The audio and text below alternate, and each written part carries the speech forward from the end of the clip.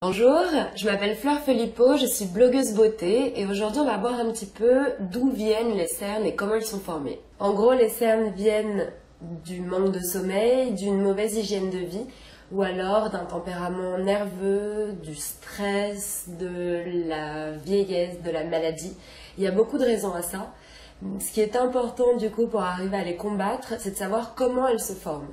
Une cerne, à la base, avec ses couleurs bleutées, violacées, très jolies, ça va être, elles vont se placer sous l'œil, là où la peau est la plus fine, et cette couleur en fait ressemble étrangement à celle d'une ecchymose, les bleus qu'on peut avoir sur le corps quand on se fait mal.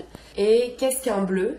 Un bleu, ça va être des capillaires sanguins qui sont fractionnés, avec le sang qui se répand et qui stagne dans une partie où il ne devrait pas être sous la peau. La cerne, quand elle est de couleur un petit peu de bleu à noir, va donc venir d'une mauvaise circulation sanguine sous l'œil.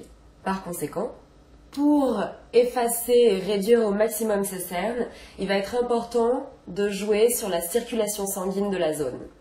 Pour faciliter la circulation sanguine dans tout l'organisme, c'est global.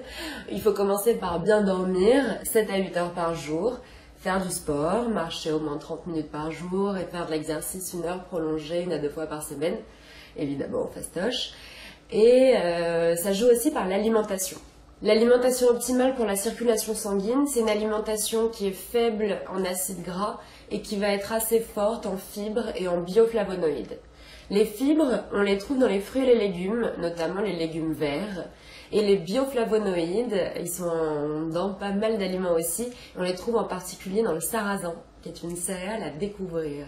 Les antioxydants sont également excellents pour la circulation. Et au-delà de l'alimentation, les médecins recommandent souvent des compléments alimentaires qui vont améliorer la circulation sanguine avec des plantes qui vont jouer sur 2 aspects. Fluidifier le sang et fortifier les capillaires sanguins pour qu'ils se cassent moins. Donc, fondamental. Les vaisseaux sont aussi endommagés quand il y a trop de déchets dans le sang. Alors là, on peut utiliser des plantes qui vont éliminer tous ces déchets et ces toxines et laver le sang pour éviter que les capillaires sanguins qui sont très fins sous les yeux ne cassent à leur passage. C'est toutes les plantes qui sont autour de la détox. Voilà, vous savez d'où viennent les cernes, il va rester à les traiter.